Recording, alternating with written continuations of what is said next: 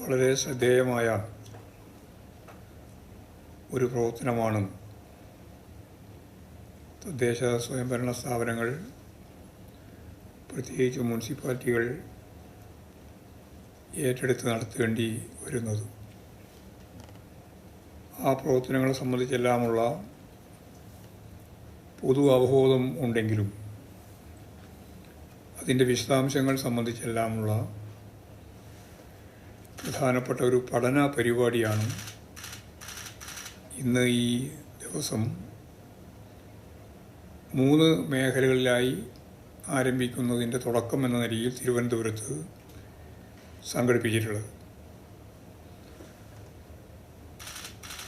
വളരെയേറെ ഉത്തരവാദിത്തങ്ങൾ ഏറ്റെടുത്തുകൊണ്ടാണ് തദ്ദേശ സ്വയംഭരണ സ്ഥാപനങ്ങൾ കേരളത്തിലെ പ്രവർത്തനം നടത്തി വരുന്നത്. ഏതാണ്ട് 24 മണിക്കൂറും ജാഗ്രതയോടുകൂടി പ്രവർത്തിക്കേണ്ടുന്ന വലിയ ഉത്തരവാദിത്തങ്ങളും ബാധ്യതയുമാണ്. പ്രത്യേകിച്ച് പ്രതികൂലമായ സാഹചര്യങ്ങൾ വരുമ്പോൾ തദ്ദേശ സ്വയംഭരണ സ്ഥാപനങ്ങൾക്കുണ്ടാകുന്നത് എന്ന് ഞാൻ പ്രത്യേകിച്ച് നിങ്ങളോട് പറയേണ്ട കാര്യമില്ല. പ്രതിസന്ധി വരുമ്പോഴാണല്ലോ അതിലിടപെടാനുള്ള ശേഷിയും കഴിവും പ്രദർശിപ്പിക്കാനും പ്രകടിപ്പിക്കാനും സാധിക്കുക. പണ്ടൊരു എഴുത്തുകാരൻ ഈ കാര്യം ചൂണ്ടിക്കാണിച്ചതാണ്. ഒന്നുമില്ലെങ്കിൽ ഇങ്ങനെ സാധാരണ ഒരു ഒഴുക്കിൻ്റെ ഭാഗമായിട്ട് ഒഴുകുമെന്ന് മാത്രമേ ഉള്ളൂ.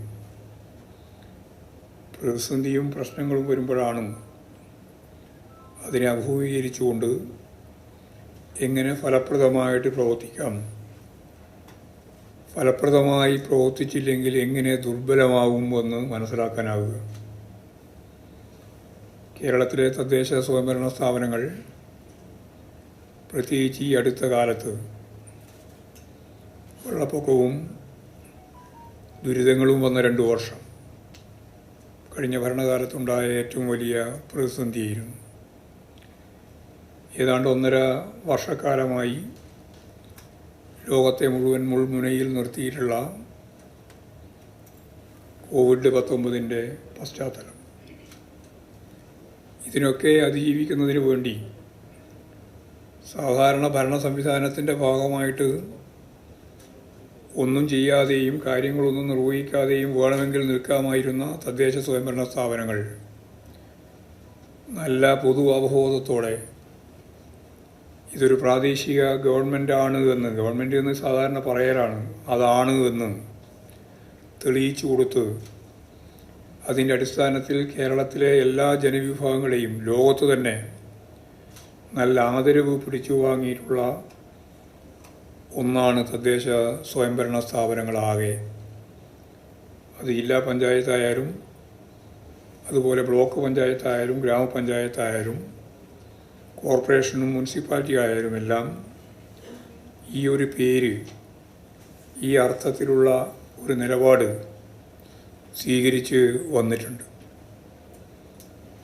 വളരെ വ്യക്തതയോടുകൂടി ഒരു കാര്യം നമുക്കറിയാം. ഇനി നമുക്കിതിൽ നിന്ന് മുമ്പോട്ടേക്കാണ് പോകേണ്ടത്. കേരളത്തിൽ നടപ്പിലാക്കുന്ന ഏത് പദ്ധതിയും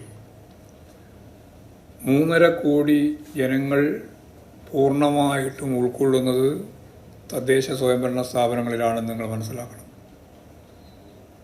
കേരളത്തിലെ ജനസംഖ്യ മുഴുവൻ ഒന്നല്ലെങ്കിൽ ഒരു തരത്തിലല്ലെങ്കിൽ മറ്റൊരു തരത്തിൽ തദ്ദേശ സ്വയംഭരണ സ്ഥാപനങ്ങളുമായിട്ട് ബന്ധപ്പെട്ട് നിൽക്കുകയാണ്. അപ്പോൾ ഈ കേരളത്തിലുണ്ടാകുന്ന ഏത് വികസന പരിപ്രേക്ഷ്യവും ഫലപ്രദമായിട്ട് കൈകാര്യം ചെയ്യുന്നതിന്, അതിൻ്റെ പ്രതലമായി പ്രവർത്തിക്കുന്നതിന് തദ്ദേശ സ്വയംഭരണ സ്ഥാപനങ്ങളല്ലാതെ വേറെ ഒന്നും തന്നെ ഇല്ല എന്നുള്ളത് സത്യമാണ്. കേരളം പോലെ ഒരു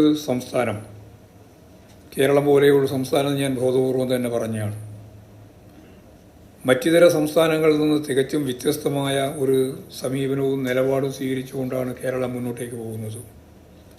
അത് വികസനത്തെ സംബന്ധിച്ചുള്ള നമ്മുടെ കാഴ്ചപ്പാടാണ്. ഇപ്പോൾ ഇന്ത്യയുടെ വിവിധ മേഖലയിലുള്ള അല്ലെങ്കിൽ വിവിധ സംസ്ഥാനങ്ങളെടുത്താൽ അവിടെ വലിയ സമ്പന്നരെ നമുക്ക് കാണാൻ കഴിയും. കേരളത്തിൽ ആകെ എടുത്ത് പരിശോധിച്ചാൽ തന്നെ അത് വളരെ അപൂർവമാണ്. സമ്പന്നതയുടെ ഭാഗമായിട്ടുള്ള വളർച്ചയാണ് പലപ്പോഴും കണക്കാക്കപ്പെടുന്നത്. അംബാനിയുടെ, അദാനിയുടെ, ടാറ്റയുടെ, ബിർളയുടെ, ശതകോടീശ്വരന്മാരുടെ അവരുടെ ആസ്തി കൂടി കണക്കാക്കിയിട്ടാണ് നമ്മൾ സ്വാഭാവികമായിട്ടും ജനങ്ങളുടെ വരുമാനം കണക്കാക്കി വിശദീകരിക്കുക. കേരളത്തെ സംബന്ധിച്ച് നമുക്ക് ഉറപ്പായിട്ട് പറയാം, കേരളത്തിൻ്റെ പ്രത്യേകത താഴെ നിന്ന് ആരംഭിച്ചതാണ്. പട്ടികജാതി, പട്ടികവർഗം, പിന്നോക്ക സമുദായം, മുന്നോക്ക സമുദായത്തിലെ പിന്നോക്ക ജനവിഭാഗം, ഇതാണ് 90% വരുന്ന ജനസംഖ്യ കേരളത്തിൽ. ഈ പാവപ്പെട്ട ജനതയുടെ ജീവിതം മെച്ചപ്പെടുത്തുക എന്നുള്ളതാണ് നമ്മുടെ വികസനത്തിൻ്റെ അളവുകോൽ. ഇതാണ് മറ്റിതര സംസ്ഥാനങ്ങളിൽ നിന്ന് വ്യത്യസ്തമായിട്ട് കേരളത്തിൽ രൂപപ്പെടുത്തുന്നത്. നമ്മുടെ വികസന പരിപ്രേക്ഷ്യം എന്ന് പറയുന്നത് ഈ കാഴ്ചപ്പാടോടുകൂടിയാണ്. എന്ന് പറഞ്ഞാൽ സമ്പന്നരെ കൂടുതൽ സമ്പന്നരാക്കുന്ന ഇന്ത്യൻ സമ്പദ് വ്യവസ്ഥയുടെ പ്രത്യേകതയിൽ പാവപ്പെട്ട ജനവിഭാഗങ്ങളുടെ ജീവിതത്തെ സവിശേഷമായ രീതിയിൽ ഗുണമേന്മയുള്ള ജീവിത രീതിയിലേക്ക് അവരെ നയിക്കുക എന്നുള്ളതാണ് നമ്മുടെ ഏറ്റവും പ്രധാനപ്പെട്ട ചുമതല. അതിലേറ്റവും പ്രധാനപ്പെട്ട ചരിത്രപരമായ ദൗത്യം നിർവഹിക്കേണ്ടുന്നത് തദ്ദേശ സ്വയംഭരണ സ്ഥാപനങ്ങൾ തന്നെയാണ്. അപ്പോൾ നമുക്ക് ഈ ഗുണമേന്മയുള്ള ജീവിതം സാധാരണക്കാരായ ജനങ്ങളിലേക്ക് ഫലപ്രദമായിട്ട് സന്നിവേശിപ്പിക്കാൻ എന്തായിരുന്നു വഴി? നമ്മളൊരു 10-25 കൊല്ലം ജനകീയാസൂത്രണം വരുന്നതിന് മുമ്പുള്ള 25 കൊല്ലത്തിൻ്റെ അപ്പുറത്തേക്ക് കടന്നു നോക്കൂ. നമുക്കപ്പോഴും മനസ്സിലാവും എന്താണെന്ന്. വലിയ മാറ്റം ഉണ്ടാക്കിയിട്ടുണ്ട് കേരളത്തിൽ. അതിലേറ്റവും പ്രധാനപ്പെട്ട തദ്ദേശ സ്വയംഭരണ സ്ഥാപനങ്ങളുടെ ഇടപെടൽ കൂടി ചേർന്നാണ് ആ മാറ്റം ഉണ്ടായത്. അടിസ്ഥാനപരമായ മാറ്റം ഉണ്ടായിട്ടുണ്ട്. 1969 ജന്മിത്വം അവസാനിപ്പിക്കാൻ കേരളത്തിന് സാധിച്ചിട്ടുണ്ട് എന്നുള്ളതാണ് അടിസ്ഥാനപരമായിട്ടുള്ള മാറ്റത്തിൻ്റെ ഒരു കാൽവെപ്പ്. ഭൂപ്രഭുത്വത്തിൻ്റെ ഭാഗമായി ജന്മിത്വ ഭൂപ്രഭുത്വം അവസാനിപ്പിക്കാനായി. വെച്ച് കാണലും കങ്കാണിയും നൂരിയും മുക്കാലും വാശിയും വണ്ണാത്തിമാറ്റി മുടക്കലും കല്ലും തോലും വെച്ച് കെട്ടലും ഉൾപ്പെടെയുള്ള അക്രമ പിരിവുകൾ കൊണ്ട് ഈ നാടിൽ നിരന്തരമായിട്ട് ചൂഷണത്തിൻ്റെ കേന്ദ്രഭൂമിയായിരുന്ന പ്രത്യേകിച്ച് ജന്മിത്വത്തിൻ്റെ അവസ്ഥ ഈ കേരളത്തിൽ അവസാനിപ്പിക്കാനായി എന്നുള്ളതാണ് നമ്മുടെ വികസന കുതിപ്പിൻ്റെ അടിസ്ഥാനപരമായിട്ടുള്ള കാര്യം. എന്ന് പറഞ്ഞാൽ ഭൂമി അടിസ്ഥാനപ്പെടുത്തിയ ഉൽപാദക ബന്ധം, അതിൽ മാറ്റം വന്നു, മൗലികമായ മാറ്റമാണ്.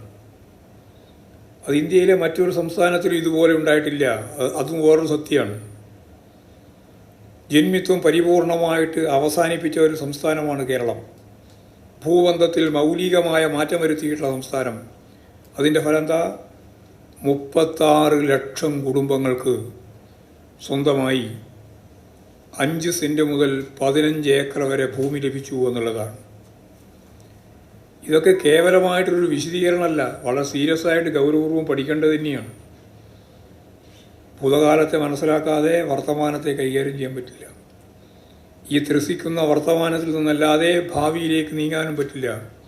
ഈ ത്രികാല ബന്ധം വളരെ പ്രധാനമാണ്. അപ്പോൾ നമുക്ക് ഏറ്റവും അടിസ്ഥാനപരമായിട്ടുള്ള ഒരു മാറ്റം, വലിയ പോരാട്ടങ്ങളുണ്ട്, സമരങ്ങളുണ്ട്, പ്രക്ഷോഭങ്ങളുണ്ട്, നിയമനിർമ്മാണങ്ങൾ ഉണ്ട്, ആ നിയമം നടപ്പിലാക്കാൻ വേണ്ടിയിട്ടുള്ള സജീവമായ ഇടപെടലുണ്ട്. ഇതെല്ലാം കേരളീയ ജനത നടത്തിയിട്ടുള്ള ഏറ്റവും ശക്തമത്തായ ഒരു ചരിത്രമാണ്. ആ ചരിത്രത്തിൽ നിന്നാണ് 36 ലക്ഷം കുടുംബങ്ങൾക്ക് ഒന്നുമില്ലാതിരുന്ന, ശുദ്ധശൂന്യമായിരുന്ന, ഏത് അക്രമത്തിനെയും പാവപ്പെട്ട ജനങ്ങളുടെ ജീവിതവുമായിട്ട് ബന്ധപ്പെട്ട രീതിയിൽ മാത്രം കണ്ടിരുന്ന ആ ചിത്രം മാറി. അത്രയൊന്നും വർഷമായിട്ടില്ല. 1969 കഴിഞ്ഞ് 70. 1969 ആ നിയമം കേരള നിയമസഭ ഏകണ്ഠമായി പാസ്സാക്കിയത്, കാർഷിക ഭൂപരിഷ്കരണ ഭേദഗതി നിയമം. ആ നിയമത്തിൻ്റെ തുടർച്ചയായിട്ടാണ് നിങ്ങൾക്കെല്ലാം അറിയുന്നത് പോലെ 1969 കഴിഞ്ഞ് 70 ആകുമ്പോഴേക്ക് വലിയ രീതിയിലുള്ള സമരങ്ങളും പോരാട്ടങ്ങളും നിയമം നടപ്പിലാക്കാൻ വേണ്ടിയൊക്കെ നടന്നിട്ടുണ്ട്. അപ്പോൾ അടിസ്ഥാനപരമായിട്ടുള്ള ഒരു ഘടന എന്ന് പറഞ്ഞാൽ ഏതാണ്ട് 50% കുടുംബങ്ങൾക്ക് കേരളത്തിൽ ഞാൻ നേരത്തെ പറഞ്ഞതുപോലെ 5 സെൻറ്റ് ഭൂമി മുതൽ നഗരങ്ങളിൽ എന്ന് പറഞ്ഞാൽ കോർപ്പറേഷനുകളിൽ 5 സെൻറ്റ് മുതൽ 10 സെൻറ്റ് തുടങ്ങി 15 ഏക്കർ വരെ ഭൂമി കൈവശമുണ്ടായിരുന്നവർക്ക് സ്വന്തമായിട്ട് ഭൂമി ലഭിച്ചു. അതിൻ്റെ മേലെയാണ് വളർച്ചയും വികാസവും ആരംഭിക്കുന്നത്. വെറുതെ ഉണ്ടായതല്ല എന്ന് ഞാൻ പറഞ്ഞത് അതുകൊണ്ടാണ്. വീടെല്ലാം ഉണ്ടാവണമെങ്കിൽ ഈ വീടുണ്ടാകാൻ ആവശ്യമായ സംവിധാനം വേണമല്ലോ. അപ്പോൾ ജനകീയ ആസൂത്രണം വന്നതോടുകൂടി നമുക്ക് മൗലികമായ രീതിയിൽ ഫലപ്രദമായിട്ട് ഇടപെടാനുള്ള നിരവധി വേദികൾ കിട്ടി, സൗകര്യങ്ങളുണ്ടായി, പദ്ധതികൾ ആവിഷ്കരിച്ചു.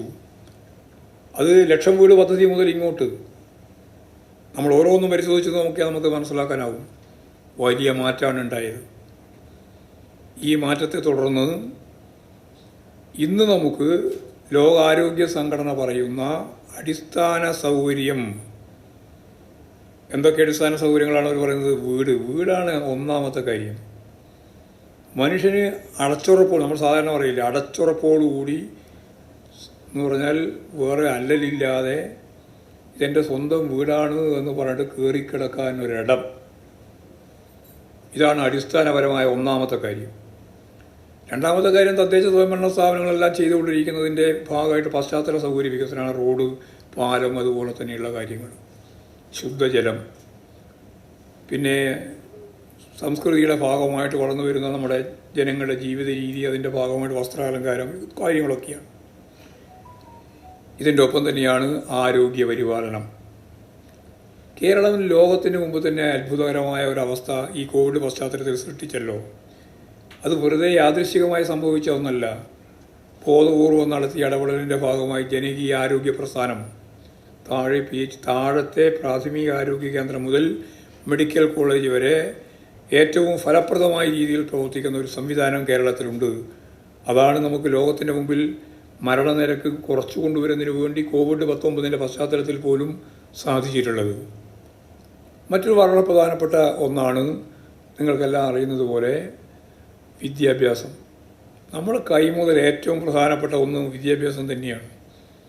ലോകത്തിൻ്റെ മുമ്പിൽ കേരളം ശ്രദ്ധേയമായ രീതിയിൽ ഇപ്പോഴും മുന്നോട്ടേക്ക് പോകുന്നതിൽ ഒരു പ്രധാനപ്പെട്ട ഘടകം വിദ്യാഭ്യാസമാണ്. വിദ്യാഭ്യാസത്തിൻ്റെ ഒരു ഹമ്പാക്കി കേരളത്തെ മാറ്റണം എന്നാണ് ഗവൺമെൻറ് ആഗ്രഹിക്കുന്നത്. അതും ആധുനിക വിദ്യാഭ്യാസത്തിൻ്റെ ലോകോത്തര നിലവാരത്തിലേക്ക് നമുക്ക് ഉയർന്നു വരാൻ സാധിക്കുന്ന സാധാരണ താഴെ തലത്തിലുള്ള വിദ്യാഭ്യാസ സംവിധാനം മുതൽ ഉന്നത തലത്തിലുള്ള വിദ്യാഭ്യാസ സംവിധാനം വരെ. ഉന്നത വിദ്യാഭ്യാസത്തിൽ നമ്മൾ ഒരുപാട് ഇനിയും മുന്നോട്ടേക്ക് പോകണമെന്നാണ് തീരുമാനിച്ചിട്ടുള്ളത്. അതുകൊണ്ടാണ് പറഞ്ഞത് കേരളം ഒരു വിദ്യാഭ്യാസ ഹമ്പാവണം ലോകത്തിൻ്റെ. ആ രീതിയിൽ വിദ്യാഭ്യാസ മേഖലയിൽ ഉയർന്നു വരണം. പക്ഷേ പ്രാഥമികമായിട്ട് ഏത് കുടുംബത്തിനും, ഏത് പാവപ്പെട്ട കുടുംബത്തിന് ഏതറ്റം വരെ പഠിക്കാനാവുമോ പഠിക്കാനുള്ള സൗകര്യം കേരളത്തിലുണ്ട്. അപ്പോൾ വിദ്യാഭ്യാസത്തിൻ്റെ കാര്യത്തിൽ, നേരത്തെ പറഞ്ഞ വീടിൻ്റെ കാര്യത്തിൽ, ആരോഗ്യ സംരക്ഷണത്തിൻ്റെ കാര്യത്തിൽ, വസ്ത്രാലങ്കാരത്തിൻ്റെ കാര്യത്തിൽ എല്ലാം തന്നെ മൗലികമായ നമ്മുടെ വേൾഡ് ആരോഗ്യ മേഖല ചൂണ്ടിക്കാണിക്കുന്നത് പോലെ ഉള്ള സൗകര്യപ്രദമായ ഒരു പശ്ചാത്തലം കേരളത്തിലെ സാധാരണക്കാരിൽ നിന്ന് ആരംഭിച്ച് മേലോട്ടാണ്. അതൊരു പ്രത്യേകതയാണ്, പ്രത്യേകത തന്നെയാണ്. ഇങ്ങനെ വരുമ്പോൾ നമുക്കിവിടെ ചെയ്യാനുള്ള ഏറ്റവും പ്രധാനപ്പെട്ട കാര്യം കുടുംബശ്രീ 23 വർഷമായിട്ട് കുടുംബശ്രീ പ്രവർത്തിക്കുകയാണ്. ലോകത്തിൻ്റെ മുമ്പിൽ കേരളം നൽകിയ ഏറ്റവും പ്രധാനപ്പെട്ട ഒരു സംവിധാനമാണ് കുടുംബശ്രീ. ജനകീയ ആസൂത്രണത്തിൻ്റെ ഉൽപ്പന്നമാണ് കുടുംബശ്രീ. സത്യം പറഞ്ഞാൽ 25 കൊല്ലം മുമ്പ് ജനകീയ ആസൂത്രണം ആരംഭിച്ചപ്പോൾ എങ്ങനെ ഫലപ്രദമായി സമൂഹത്തിൻ്റെ വളർച്ച, അതിൽ ഏറ്റവും പിന്നിൽ നിൽക്കുന്ന മനുഷ്യൻ്റെ മുന്നോട്ടുള്ള യാത്ര, സ്ത്രീ ശാക്തീകരണം, ദാരിദ്ര്യ നിർമ്മാർജ്ജനം, ഇതൊക്കെ ചർച്ച ചെയ്തപ്പോഴാണ് അത് കഴിഞ്ഞ് 2 കൊല്ലം കഴിഞ്ഞപ്പോൾ കുടുംബശ്രീ ആരംഭിച്ചത്. ആ കുടുംബശ്രീ ഈ 2 ഘട്ടത്തിലും ഞാൻ കേരളത്തിൽ MLA ആയിരുന്നു. അപ്പോൾ എനിക്ക് നല്ല ധാരണയുണ്ട്, ഓർമ്മയുണ്ട് ഈ കാര്യം. നമ്മൾ ചർച്ച ചെയ്തത്, അസംബ്ലി ചർച്ച ചെയ്തതും പുറത്ത് ചർച്ച ചെയ്തതും. അങ്ങനെ ഫലപ്രദമായ ഒരു ചർച്ചയിൽ നിന്ന് ഒരുപാട് ആശങ്കയായിരുന്നു കുടുംബശ്രീ രൂപീകരിക്കുന്ന ഘട്ടത്തിൽ. ഇത് ഈ സ്ത്രീകളെല്ലാം ഏൽപ്പിച്ച് എന്തെങ്കിലും നടക്കാൻ പോകുന്നുണ്ടോ എന്നുള്ള വലിയ വിമർശനം ഉണ്ടായിരുന്നു. പക്ഷേ ഇന്ന് കേന്ദ്ര ഗവൺമെൻറ്റിൻ്റെയും ലോകത്ത് തന്നെ ശ്രദ്ധിക്കപ്പെടുന്ന ഏറ്റവും പ്രധാനപ്പെട്ട സംഘടന എന്ന രീതിയിൽ എന്തും ഏൽപ്പിക്കാൻ ഏത് വികസന പ്രവർത്തനത്തിൻ്റെയും ചുക്കാൻ പിടിക്കുന്ന പ്രക്രിയയിലേക്ക് നയിക്കാൻ യാതൊരു മടിയും ആർക്കും തന്നെ ഇല്ല. സംസ്ഥാന ഗവൺമെൻറ്റിനും ഇല്ല, കേന്ദ്ര ഗവൺമെൻറ്റിനും ഇല്ലാത്ത നിലയിൽ കുടുംബശ്രീ അംഗീകാരം നേടിക്കഴിഞ്ഞിരിക്കുകയാണ്. ആ കുടുംബശ്രീയുടെ തന്നെ വളർച്ചയുടെ ഒരു പ്രത്യേക ഘട്ടത്തിലാണ് നമ്മളിപ്പോഴുള്ളത്. 45 ലക്ഷത്തിലധികം വരുന്നു. 45.44 ലക്ഷം അംഗങ്ങളുള്ള ഒന്നാണ് കുടുംബശ്രീ. അതിൻ്റെ അയൽക്കൂട്ടങ്ങളും ഒക്കെ ചേർന്ന് വലിയൊരു ശൃംഖലയാണ്. ആ കുടുംബശ്രീ നടപ്പിലാക്കിക്കൊണ്ടിരിക്കുന്ന നിരവധി പദ്ധതികളെ സംബന്ധിച്ചാണ് ഇവിടെ ഇന്ന് ശില്പശാലയുടെ ഭാഗമായി നിങ്ങൾ കൂടുതൽ ആഴത്തിൽ പഠിക്കാൻ പോകുന്നത്. ഞാൻ ആ വിഷയങ്ങളിലേക്കൊന്നും കടക്കാനിപ്പോൾ ഉദ്ദേശിക്കുന്നില്ല. അപ്പോൾ അതിലേറ്റവും പ്രധാനപ്പെട്ട ഒന്നാണ് ഞാൻ നേരത്തെ പറഞ്ഞ വീടുണ്ടാവണം, താമസിക്കാനുള്ള സൗകര്യം ഉണ്ടാവണം. കേരളം ജനസാന്ദ്രത കൊണ്ട് ഇന്ത്യയിൽ ഏറ്റവും പ്രധാനപ്പെട്ട സംസ്ഥാനമാണ്. നഗരങ്ങളും ഗ്രാമങ്ങളും ഇവിടെ വ്യത്യാസമില്ല. ഗ്രാമപഞ്ചായത്തുകളെയും മുനിസിപ്പാലിറ്റികളെയും വേർതിരിച്ചൊന്നും പറയാൻ സാധിക്കില്ല. എല്ലാം ഒരുപോലെ ഒരു നഗരമായിട്ട്, കേരളം ആകെ ഒരു നഗരമായിട്ട് വളരുകയാണ്. ആ വളർച്ചയിൽ നിരവധിയായ പങ്കുവഹിക്കാൻ കഴിയുന്ന തദ്ദേശ സ്വയംഭരണ സ്ഥാപനങ്ങൾക്ക് ഞാൻ നേരത്തെ പറഞ്ഞില്ലേ 3.5 കോടി ജനങ്ങളെയും പ്രദാനം ചെയ്യുന്നത് അവരാണ്. അതിൻ്റെ ഭാഗമായിട്ട് ഇവിടെ തദ്ദേശ സ്വയംഭരണ സ്ഥാപനങ്ങൾ മുഖേന കുടുംബശ്രീ ആഭിമുഖ്യത്തിൽ നടക്കുന്ന വിവിധ പരിപാടികളെ സംബന്ധിച്ചുള്ള ഒരു പഠന ക്യാമ്പ് അല്ലെങ്കിൽ ഒരു ശില്പശാല അതാണ് ഇവിടെ നടക്കുന്നത്. അപ്പോൾ അതിൻ്റെ ഭാഗമായിട്ടുള്ള പദ്ധതികളെ സംബന്ധിച്ചെല്ലാം പഠിക്കുന്നു എന്നുള്ളതുകൊണ്ട് ഞാൻ എവിടെയും തൊട്ടിട്ട് എന്തെങ്കിലും പറയാൻ ഉദ്ദേശിക്കുന്നില്ല. നമുക്കിവിടെ ഇന്ന് യാദൃശ്ചികമായിട്ടാണെങ്കിൽ ഇന്ന് തന്നെ 10,000 വീട് താക്കോൽ ദാനം ഇന്ന് ബഹുമാനപ്പെട്ട മുഖ്യമന്ത്രി നിർവഹിക്കുകയാണ്. അത് ഇന്നത്തെ ദിവസം ഒരു പ്രധാനപ്പെട്ട ദിവസമാണ്. ഓരോ വർഷവും 1,00,000 വീട് വീതം നിർമ്മിച്ച് നൽകണം എന്നാണ് ഇപ്പോൾ തീരുമാനിച്ചിട്ടുള്ളത്. ഓരോ വർഷവും. അപ്പോൾ 5 ലക്ഷം വീട്. എല്ലാവർക്കും വീട് എന്നുള്ളതാണ് നമ്മുടെ ലക്ഷ്യം. നഗരങ്ങളിൽ വളരെ വേഗം ആ ലക്ഷ്യം കൈവരിക്കാൻ നമുക്കാവും. ഇവിടെ എക്സിക്യൂട്ടീവ് ഡയറക്ടർ പറഞ്ഞതുപോലെ 2022 ആകുമ്പോഴേക്ക് നമുക്ക് ഈ നഗരങ്ങളിലെ ഈ വീടിൻ്റെ പ്രശ്നം പരിഹരിക്കാൻ കഴിയണം. താമസിക്കാനുള്ള സൗകര്യം ഉണ്ട് എന്നുള്ളതിന് ഗ്യാരണ്ടി ഉണ്ടാക്കാനാവണം. ആ തരത്തിലുള്ള പ്രവർത്തനത്തിലേക്കാണ് നമ്മൾ പോകുന്നത്. ഇപ്പോൾ ഗ്രാമപഞ്ചായത്തിൻ്റെയും മുനിസിപ്പാലിറ്റിയുടെയും ഒക്കെ ചേർത്ത് കൊണ്ടുള്ള കണക്ക് വെച്ച് 12,000-ലധികം വീട് ഇപ്പോൾ പൂർത്തിയായിട്ടുണ്ട്. 10,000 വീടിൻ്റെ താക്കോൽ കർമ്മമാണ് ഇന്ന് നിർവഹിക്കാൻ പോകുന്നത് ബഹുമാനപ്പെട്ട മുഖ്യമന്ത്രി. ഇപ്പോൾ ഇവിടെ പറഞ്ഞിട്ടുള്ള ഒരു കാര്യം, മുനിസിപ്പാലിറ്റികളും കോർപ്പറേഷനും കൂടി ഏതാണ്ട് 10,600 വീട് ഇപ്പോൾ പ്രവൃത്തി നടന്നുകൊണ്ടിരിക്കുകയാണ്. നടത്താനുള്ള അംഗീകാരം കിട്ടിക്കഴിഞ്ഞിരിക്കുകയാണ്. അപ്പോൾ അടുത്ത ഈ കൊല്ലം അവസാനിക്കുമ്പോഴേക്കും നമുക്ക് 90,000 വീട് നമുക്ക് പുതുതായിട്ടുണ്ടാക്കണം. ഇപ്പം 10,000 കഴിച്ചാൽ അത് 2,000 കൂടി ചേർത്തിട്ടുണ്ട്. ഈ 10,000 കൂടി വരും. എല്ലാം ലൈഫിൻ്റെ ഭാഗമായിട്ടുള്ള ഗുണഭോക്താക്കളെയാണ് എടുക്കുന്നത്. അതിൽ 2,500-ഓളം വരുന്ന പട്ടികജാതി പട്ടികവർഗ മത്സ്യത്തൊഴിലാളികൾ. നമ്മൾ അവിടെയാണ് ഊന്നൽ നൽകുന്നത്. പട്ടികവർഗം എന്ന് പറഞ്ഞാൽ 2% കുറവേ ഉള്ളൂ ജനസംഖ്യയിൽ. പക്ഷേ എത്രയോ കോടി രൂപ ചിലവാക്കിയിട്ടും അവരിന്നും പിന്നോക്കാവസ്ഥ പൂർണ്ണമായി പരിഹരിച്ചിട്ടില്ല. നല്ലപോലെ മുന്നേറിയിട്ടുണ്ട്. അവർക്കെല്ലാം വീടുണ്ടാക്കുക, അവർക്കെല്ലാം സൗകര്യപ്രദമായി ജീവിക്കാനുള്ള പശ്ചാത്തല സൗകര്യം ഒരുക്കുക. ഇതൊക്കെയാണ് കേരളത്തിലെ ഗവൺമെൻറ് കാണുന്ന ആദ്യത്തെ അതിൻ്റെ പ്രയോറിറ്റി. അപ്പോൾ പട്ടികജാതിക്കാർ, പട്ടികവർഗക്കാർ, മത്സ്യത്തൊഴിലാളികൾ, തീരപ്രദേശത്തെ മത്സ്യത്തൊഴിലാളികളെയും യഥാർത്ഥത്തിൽ ഈ ഗണത്തിൽ തന്നെ പരിഗണിക്കണം. അപ്പോൾ അവരെ പ്രത്യേകമായിട്ട് കണ്ടുകൊണ്ട് തന്നെ നഗരപ്രദേശങ്ങളിൽ ഇപ്പോൾ ഞാൻ ഈ പറഞ്ഞ 10,600 വീട്ടിൽ 2,500 വീട് ഈ 3 വിഭാഗത്തിന് വേണ്ടിയിട്ട് തന്നെ ഉള്ളതാണ്. അപ്പോൾ ആ രീതിയിൽ നമുക്ക് ഭവന സമുച്ചയങ്ങൾ രൂപീകരിക്കാനും തീരുമാനിച്ചിട്ടുണ്ട്. ഭൂമിയുമില്ല വീടുമില്ലാത്തവർക്ക് ഭൂമിയും വീടും നൽകുന്നതിന് വേണ്ടിയുള്ള പദ്ധതിയും നമ്മളിപ്പോൾ ആവിഷ്കരിച്ചിട്ടുണ്ട്. അതിൻ്റെയും പ്രവർത്തനങ്ങൾ നടന്നുകൊണ്ടിരിക്കുകയാണ്. അപ്പോൾ ഇങ്ങനെയെല്ലാമുള്ള നിരവധി പ്രവർത്തനങ്ങൾ നടക്കുന്നതിനിടയിലാണ് ഞാൻ നേരത്തെ പറഞ്ഞ ഈ ലക്ഷ്യം പൂർത്തീകരിക്കുന്നതിന് വേണ്ടിയുള്ള പ്രവർത്തനത്തിൻ്റെ ഭാഗമായിട്ടാണ് വളരെ പ്രധാനപ്പെട്ട മറ്റൊരു കാര്യം ഇവിടെ തീരുമാനിക്കപ്പെട്ടിട്ടുള്ളത്. അതെന്താ? അതാണ് അഫോർഡബിൾ റെൻ്റൽ ഹൗസിംഗ് കോംപ്ലക്സ് എന്ന പുതിയ പരിപാടി. ആ പരിപാടി ARHC എന്നാണ് അതിന് ചുരുക്കപ്പേര്. വളരെ ലളിതമാണ്, അത്രേ കാര്യമുള്ളൂ. വളരെ ചുരുങ്ങിയ നിരക്കിൽ, അല്ലെങ്കിൽ അവരുടെ വരുമാനത്തിൽ ഒതുങ്ങുന്ന നിരക്കിൽ അവർക്ക് പട്ടണങ്ങളിൽ, ഗ്രാമങ്ങളിൽ പദ്ധതിയില്ല, പട്ടണങ്ങൾ തന്നെയാണ്, അതായത് കോർപ്പറേഷനുകളിലും മുനിസിപ്പാലിറ്റിയിലും വന്നാൽ, അല്ലെങ്കിൽ അവിടെ ഉള്ളവർ അവർക്ക് താമസിക്കാനുള്ള ഫലപ്രദമായ, സൗകര്യപ്രദമായ, ശാസ്ത്രീയമായ കെട്ടിടങ്ങൾ ഉണ്ടാകുക, റൂംസ് ലഭിക്കുക എന്നുള്ളതാണ്. ഓരോ യൂണിറ്റായിട്ടാണ് അവർ കണക്കാക്കുന്നത്. അപ്പോൾ ഒരു യൂണിറ്റിൻ്റെ ഭാഗമായിട്ട് ഒരു ബെഡ്റൂമും അതുപോലെ തന്നെ സൗകര്യത്തോടു കൂടിയുള്ള മറ്റ് സംവിധാനങ്ങളും ചേർന്നതാണ് ഒരു യൂണിറ്റ്. അങ്ങനെയുള്ള ലക്ഷക്കണക്കിന് യൂണിറ്റുകൾ നമുക്ക് കേരളത്തിൽ ഉണ്ടാക്കാൻ സാധിക്കും.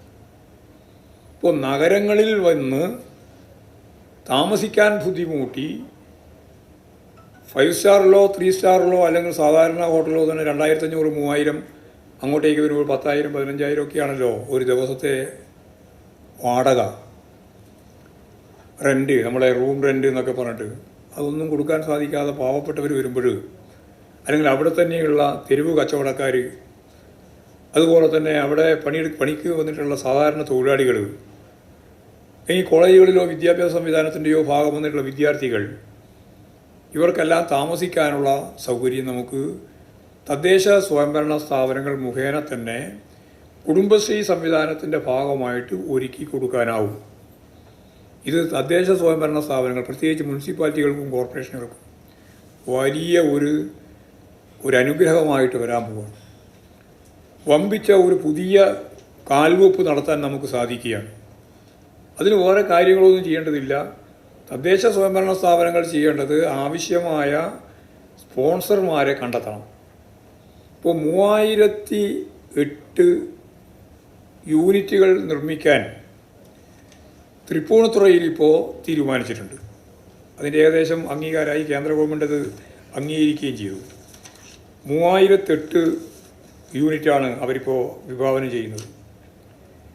ആ 3008 യൂണിറ്റുകൾ എന്ന് പറയുമ്പോൾ അത്രയും ആളുകൾക്ക്, 3008 ആൾക്ക് താമസിക്കാനുള്ള സൗകര്യം. ഇപ്പോൾ സ്ഥിരമായി താമസിക്കുന്നവരും ഉണ്ടാവും, ചെറിയ വാടകയ്ക്ക്, അതുപോലെ അപ്പപ്പോൾ വന്നുകൊണ്ട് താമസിക്കുന്നവരും ഉണ്ടാവും. ഈ തൃപ്പൂണിത്തുറ എന്ന് പറയുന്നത് നിങ്ങൾക്കെല്ലാം അറിയുന്നതാണ്. നഗരസഭ എന്ന് കേൾക്കുമ്പോൾ എവിടെയോ വളരെ എവിടെയോ ആണെന്നാണ് നമുക്ക് തോന്നുക.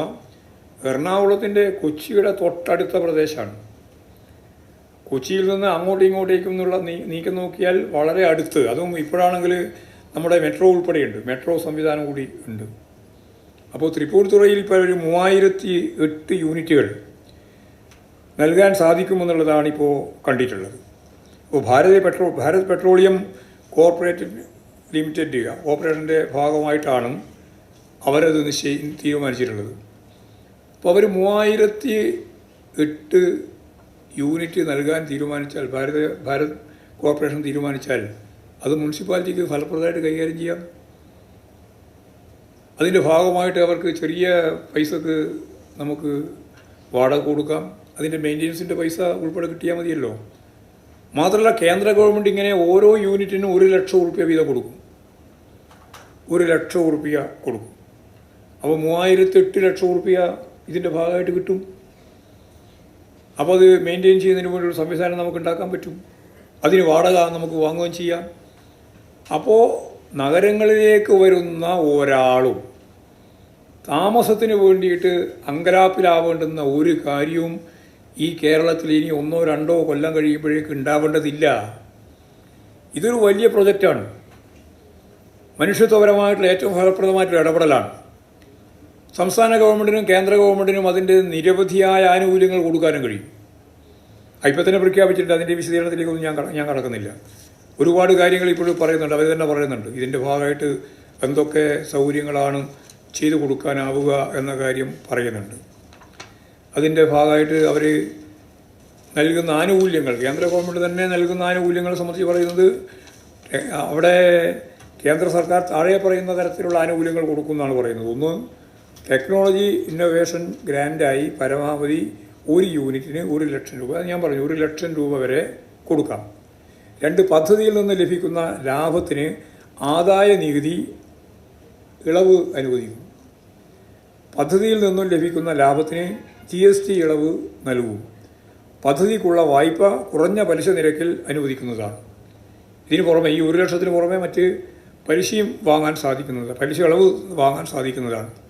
സംസ്ഥാന സർക്കാരിൻ്റെ തീരുമാനത്തിന് വിധേയമായി കെട്ടിട നിർമ്മാണ ചട്ടങ്ങളിൽ ഇളവ്, അടിസ്ഥാന സൗകര്യ വികസനത്തിന്, അതായത് റോഡ് ഉൾപ്പെടെയുള്ള സൗകര്യങ്ങൾ, അതെല്ലാം സംസ്ഥാന ഗവൺമെൻറ്റിന് ചെയ്തു കൊടുക്കാൻ സാധിക്കുന്നതാണ്.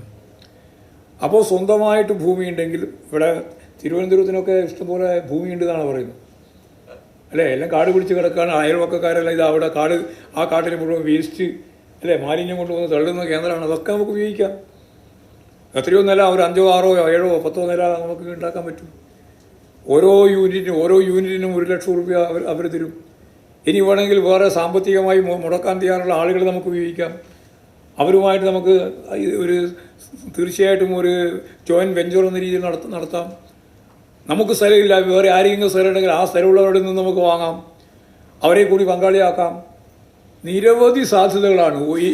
ഞങ്ങൾക്ക് ഭൂമിയില്ല എന്ന് പറയാൻ സാധിക്കില്ല. ഭൂമി നാട്ടിലുണ്ടല്ലോ, ഉള്ളതാണല്ലോ സംഭവം. അപ്പോൾ നമുക്ക് വലിയ രീതിയിൽ പഞ്ചായത്തുകൾക്ക് ഈ പുതിയ പ്രോജക്റ്റ് അനുസരിച്ച് ആയിരക്കണക്കിന് യൂണിറ്റുകൾ ഉണ്ടാക്കാനുള്ള പുതിയ ഒരു സൗകര്യമാണ്. ഇപ്പോൾ ഗുരുവായൂരൊക്കെ ഏറ്റവും സാധ്യതയാണ്. അമ്പലത്തിലേക്ക് വരുന്നവർക്കൊക്കെ താമസിക്കാം. ഇപ്പോൾ എത്ര പ്രയാസമാണ് അല്ലേ. അവിടെയൊക്കെ ഒരുപാട് ലോഡ്ജുകളും വലിയ കൊള്ളയാണ്.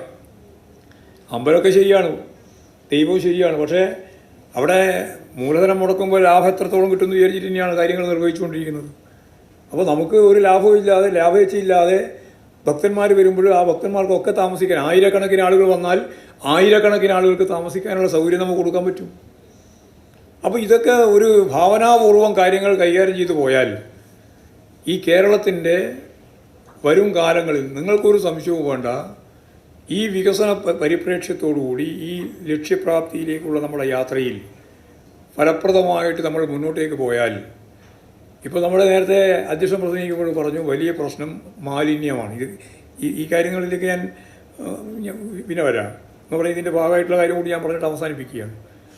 അത് മാലിന്യ സംസ്കരണമാണ്. പട്ടണങ്ങളിൽ ഒരു 5 കൊല്ലം കൊണ്ട്, ഞാൻ കുറച്ചും കൂടി കൂട്ടിയിട്ടാണ് പറയുന്നത്, ഒരു 5 കൊല്ലം കൊണ്ട് കേരളം ദൈവത്തിൻ്റെ സ്വന്തം നാട് എന്ന് മറ്റുള്ളവർ വിളിച്ച ഈ പ്രകൃതി സൗന്ദര്യമായ കേരളത്തെ നമുക്ക് ഏറ്റവും വലിയ അപമാനവും പ്രശ്നവും മാലിന്യം തന്നെയാണ്. ആ മാലിന്യമുക്തമായ കേരളത്തെ നമുക്ക് സൃഷ്ടിക്കണം. വലിയ ശ്രമമാണ്. മുനിസിപ്പാലിറ്റികൾക്കാണ് അത് ഏറ്റവും ഫലപ്രദമായിട്ട്, കോർപ്പറേഷനാണ് ഏറ്റവും ഫലപ്രദമായിട്ട് ചെയ്യാനാവുക.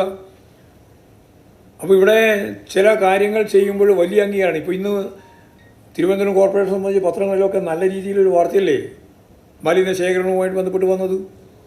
ഇത് മനോരമയോ മാതൃഭൂമിയോ ഞാൻ വായിച്ചു. അതിൽ വളരെ ഇതാണ് പഠിക്കേണ്ടത് എന്നാണ് അവർ കൊടുത്തത്. സാധാരണ കോർപ്പറേഷനെ പറ്റി അവന് കൊടുക്കാറേയില്ല, അവർ കൊടുത്തിരിക്കുകയാണ്.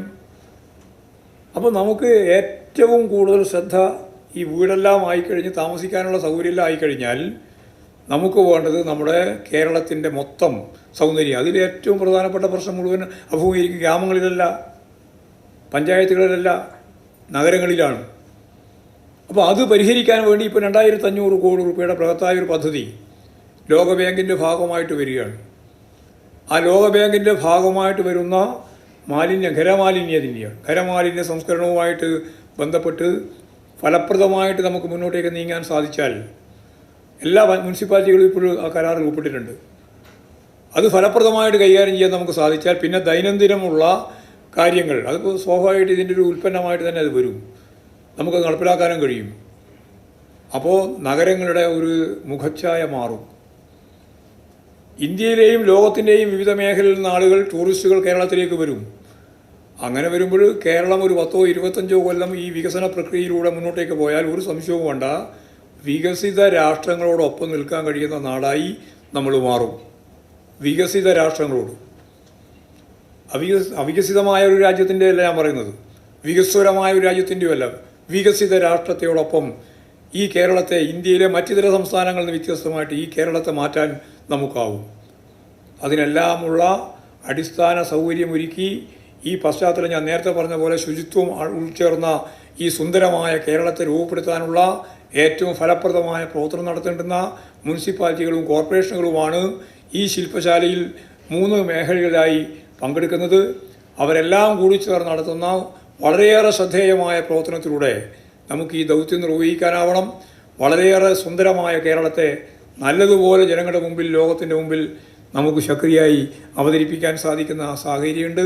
അതിനെ ഉപയോഗിക്കണമെന്ന് മാത്രം ചൂണ്ടിക്കാണിച്ചുകൊണ്ട് നമുക്ക് ഇവിടെ പുതുതായിട്ട് അവതരിപ്പിക്കുന്ന ഈ പദ്ധതിയെ ഇനി അങ്ങോട്ടുള്ള ദിവസങ്ങളിലും കാലങ്ങളിലും ശ്രദ്ധയോടുകൂടി കൈകാര്യം ചെയ്തുകൊണ്ട് അഫോർഡബിൾ റെൻ്റൽ ഹൗസിംഗ് കോംപ്ലക്സ് എന്ന പദ്ധതി ഇവിടെ നമ്മളിപ്പോൾ പരസ്യമായിട്ട് പ്രഖ്യാപിക്കുകയാണ്. ആ പദ്ധതി ഒരു വലിയ സംഭവമാക്കി മാറ്റുന്നതിന് വേണ്ടി എല്ലാവരുടെയും പിന്തുണയുണ്ടാവണം. അതിൻ്റെ എല്ലാം കർമ്മശേഷിയുള്ള ധീരരായ പോരാളികളായി നിങ്ങളെല്ലാം അതിൻ്റെ മുമ്പിൽ നിൽക്കണം എന്ന് മാത്രം ചൂണ്ടിക്കാണിച്ചുകൊണ്ട് നമുക്ക് തദ്ദേശ സ്വയംഭരണ സ്ഥാപനങ്ങളെ, പ്രത്യേകിച്ച് നഗരങ്ങളെയും കോർപ്പറേഷനുകളെയും മുനിസിപ്പാലിറ്റികളെയും കോർപ്പറേഷനുകളെയും അത്തരത്തിലുള്ള പ്രാപ്തി നേടുന്ന സംവിധാനമാക്കി രൂപപ്പെടുത്തുന്നതിന് ഇതെല്ലാം സഹായിക്കും. ഇതെല്ലാം ഓരോന്നോരോന്നായി കൃത്യമായിട്ട് മനസ്സിലാക്കി പ്രായോഗികമായി നടപ്പിലാക്കുന്നതിന് വേണ്ടി നമുക്ക് ദാരിദ്ര്യ നിർമ്മാർജ്ജനത്തിൻ്റെ, സ്ത്രീ ശാക്തീകരണത്തിൻ്റെ ഏറ്റവും പ്രധാനപ്പെട്ട കരുത്തായിട്ട് വളരണമെന്ന് ആഗ്രഹിച്ച് ആ തോതിൽ തന്നെയോ അതിനേക്കാൾ ശക്തമത്തായോ വളർന്നു വന്ന കുടുംബശ്രീയുടെ ആഭിമുഖ്യത്തിൽ നടക്കുന്ന ഇത്തരം പരിപാടികളെല്ലാം വൻ വിജയമാക്കുന്നതിനു വേണ്ടി നിങ്ങളുടെ എല്ലാം കൂട്ടായ്മയുണ്ടാവുമെന്നുള്ള പ്രതീക്ഷയോടുകൂടി ഔപചാരികമായി ഈ പരിപാടി ഉദ്ഘാടനം ചെയ്തതായിട്ട്, ഈ ശില്പശാല ഉദ്ഘാടനം ചെയ്തതായിട്ട് അറിയിക്കുകയും അഫോർഡബിൾ റെൻ്റൽ ഹൗസിംഗ് കോംപ്ലക്സ് ഇവിടെ പ്രഖ്യാപിക്കുകയും ചെയ്യുക.